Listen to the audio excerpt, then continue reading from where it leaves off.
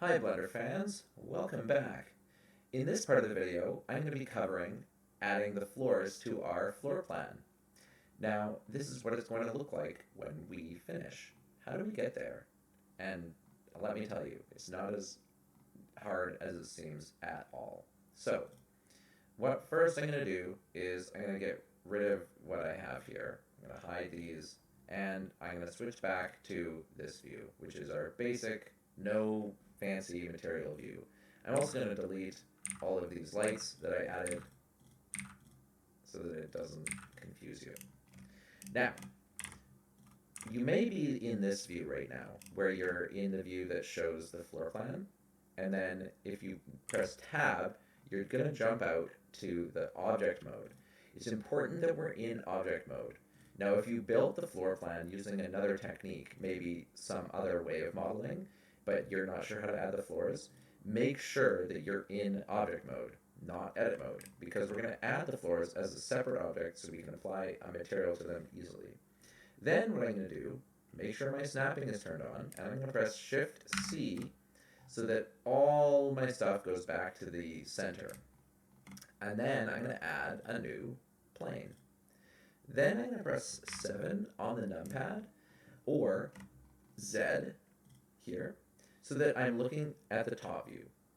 If I press Shift when I'm in and then middle mouse button, then I can actually pan my view without having to change it into an angle view.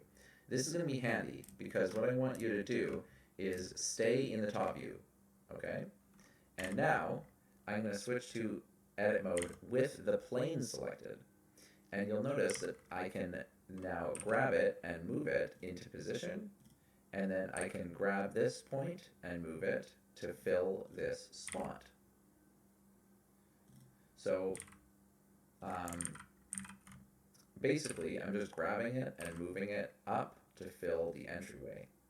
Now, if I wanted the same texture in a lot of different areas of my house, it might actually be easier to use the extrude tool like we did with the other floor plan. I'm going to press E and then Y to bring it up, and that creates another section. So I have one section here, one section here. Now it might be easier if I also turn X-ray on so I can see the floor underneath.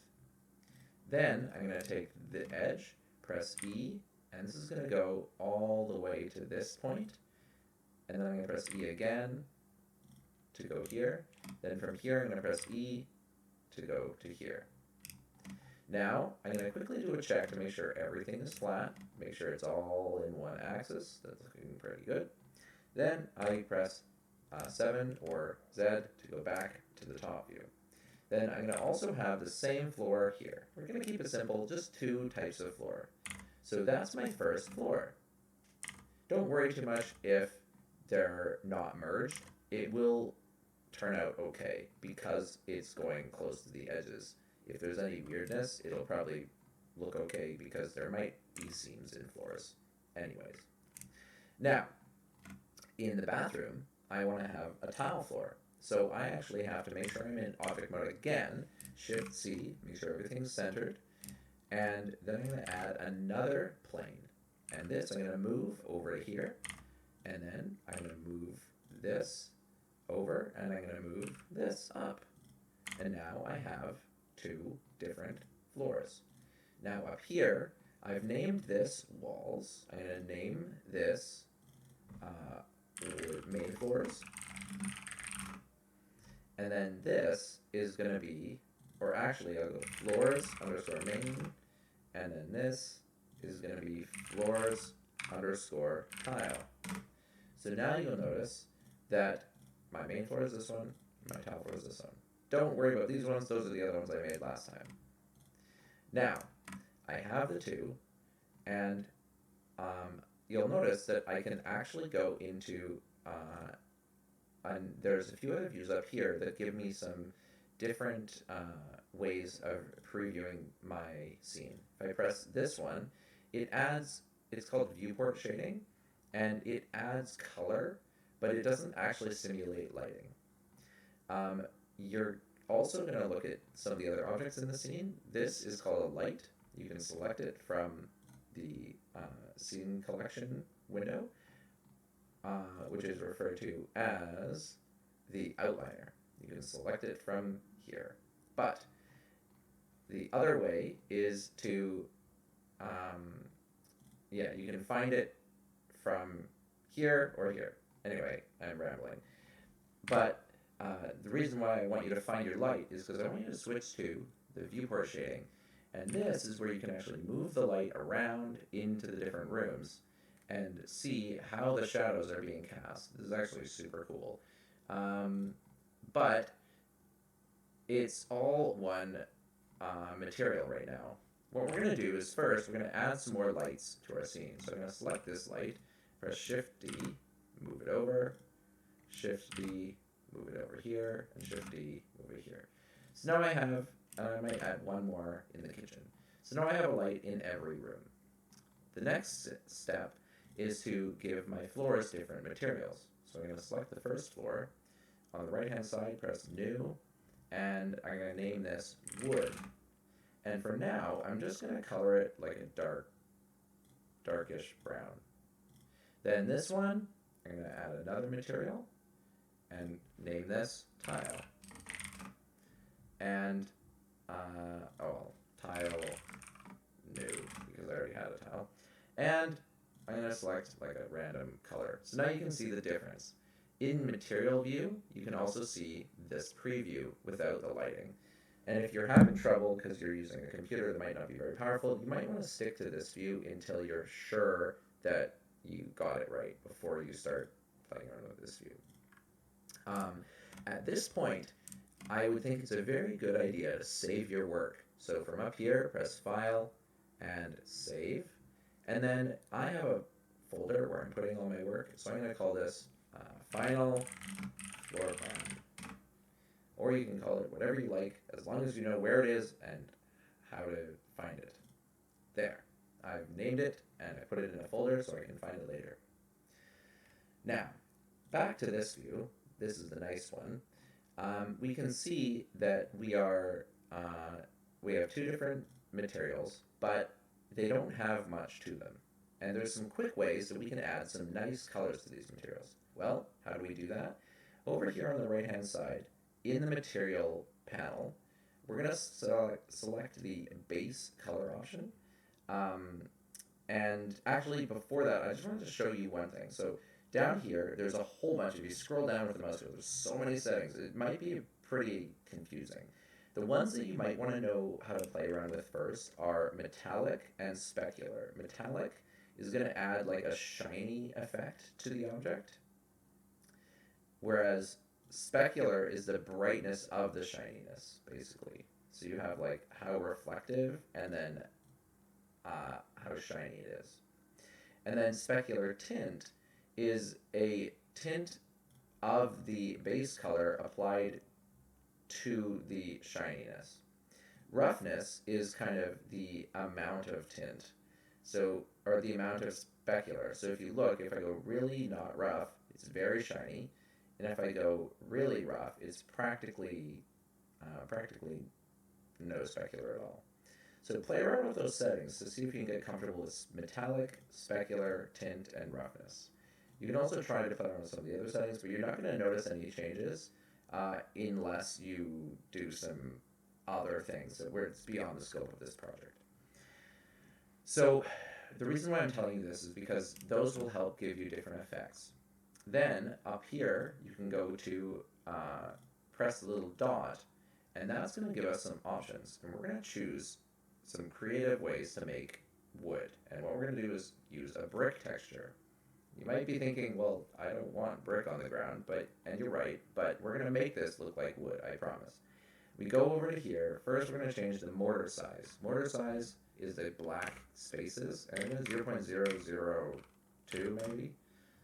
Then, right away, that's actually not bad. And this could be like a nice tile floor if you really wanted to. You could even make your you could increase, for example, the height to make it like an actual tile. But instead, what we're going to do is we're going to keep the height the same, or 0.2, and we're going to increase the width so that it's long And then we're going to decrease the scale, actually increase the scale, so that we have more of these planks. And that is starting to look like a nice wood floor. And then the last thing that's left is to find a color that we like. And there's actually two colors. We can choose one, which is the base, the first color, which is like the primary wood.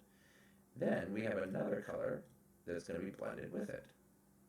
And you'll notice then if I go down and adjust some of my other settings, if I change this, I decrease the roughness, I can get a shiny looking floor.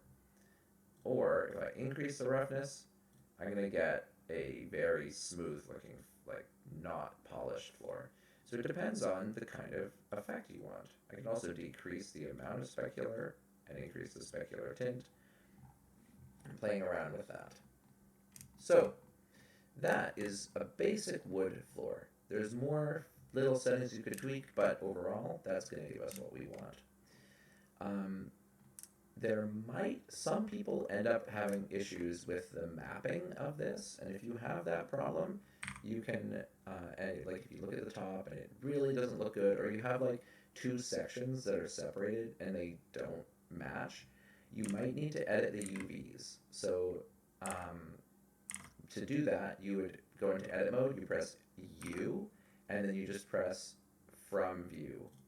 And then down here in the vector, you choose UV, and then you adjust your scale to basically fix that problem. That doesn't happen all the time, but it might be an issue for some people, so I thought I'd cover that. Now, to go over to this one, this is going to be a checkered. So how are we going to do that? Well, we're going to go over here, and we're going to choose from these options. We're not going to do brick, we're going to do checker texture. And it's going to be a tile floor. And then from here, we're going to change these to, this one we do have to change the mapping. So from here, we're going to choose, instead of the one that it was before, we're going to choose, I'm thinking the wrong checker texture. Not sure, yeah, there we go. It was showing up weird. From here, I'm going to choose object. And then it should map correctly. And then all I have to do is change my scale to be whatever scale I want. I can do like 4, for example. And that looks pretty good. And if I wanted this to be really, really shiny, like a shiny tile, you know what to do. You could increase the specular, decrease the roughness to get that shine. And then maybe I add a bit of that specular tint, but decrease the specular a little bit. And then I get the effect I want. So that is adding the floors. Now you should have some really nice either tile, checkered floors, and wood floors that you can use to impress anyone who comes to look at your beautiful floor plan. And don't forget to save regularly. The other thing you can do is you can play around with the position of your lights. I prefer to have my lights be low enough that they are not above the walls. I like to have them slightly down because that's matching what the lights would be like, and it also gives me a clear, solid delineation of the walls between the rooms. If I lift it up too high, then it all looks kind of white. But if you like that, actually, white walls is nice too. So if you like the white walls, or if you like the dark walls, it's up to you. If you want like that white border around it, it's fine too. So that is how do you add the floors and how do you apply basic materials. And that's a huge skill. Now that you've learned how to do that, you could probably start adding other things and add materials to those too. And you can start seeing, oh, hey, I could actually do quite a bit with this software. And that's right, you can. And we're going to do more. So tune in for the next video where I talk about how to do Boolean operations to cut windows into the floor plan. So hope to see you then.